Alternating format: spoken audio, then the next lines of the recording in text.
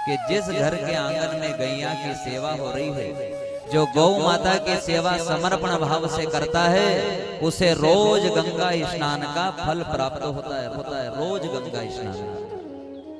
अच्छा, गैया किन किन के घर है गैया?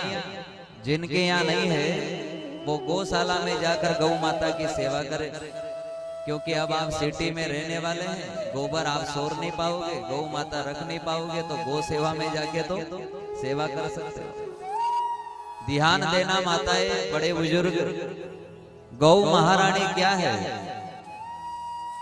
गौ माता साक्षात वो रत्न है जिसकी सेवा करने से, क्या कहा, भक्त के कुल में भी कभी किसी का नाश नहीं होता, कभी किसी की अकाल मृत्यु नहीं होती, जिस घर के आंगन में गैया की सेवा हो रही है। गौ महारानी साक्षात हरि का ही रूप है।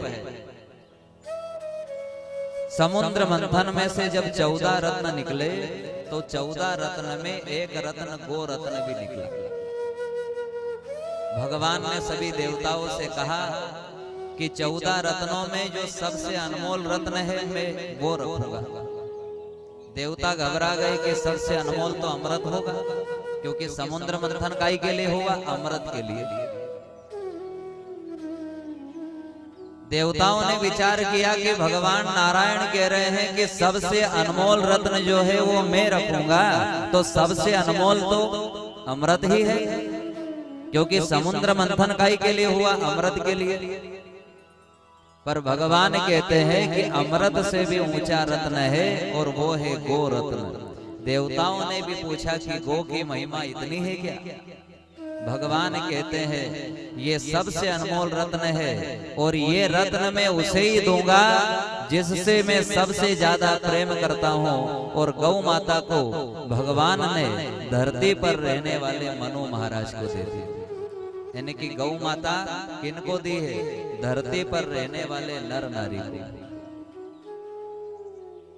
गौ की महिमा इस प्रकार सुत जी महाराज ने बताई है कि चाहे करोड़ जन्म का पापी हो, ब्रह्म हत्यारा, जिसने ब्राह्मण को मारा, ऐसा श्राप भी अगर है, क्या कहा? ब्रह्म हत्यारा,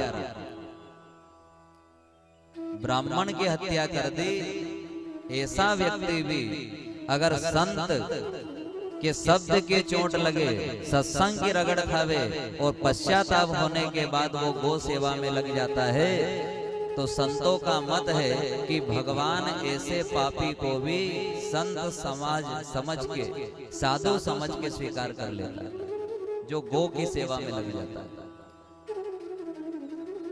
गो की महिमा बड़ी अद्भुत है। यह संतों का मत है कि जिस घर के आंगन में गैया खड़ी हो जाती है, समझ लेना कि जगत के सारे तीर्थ आपके द्वार पर आ गए हैं। सारे तीर्थ, जिस घर के आंगन में गैया है, जहाँ गो की सेवा हो रही है, उस घर में 12 ही महीना दिवाली है, 12 ही महीना।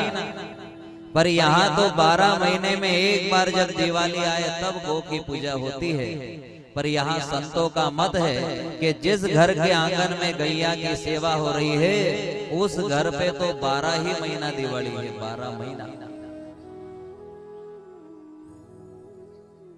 श्री सुत जी महाराज दर्शन कराते हैं कि इस कलयुग में एक तो गौ पर ज्यादा संकट आवेगा, एक ब्राह्मण, संत और भगत।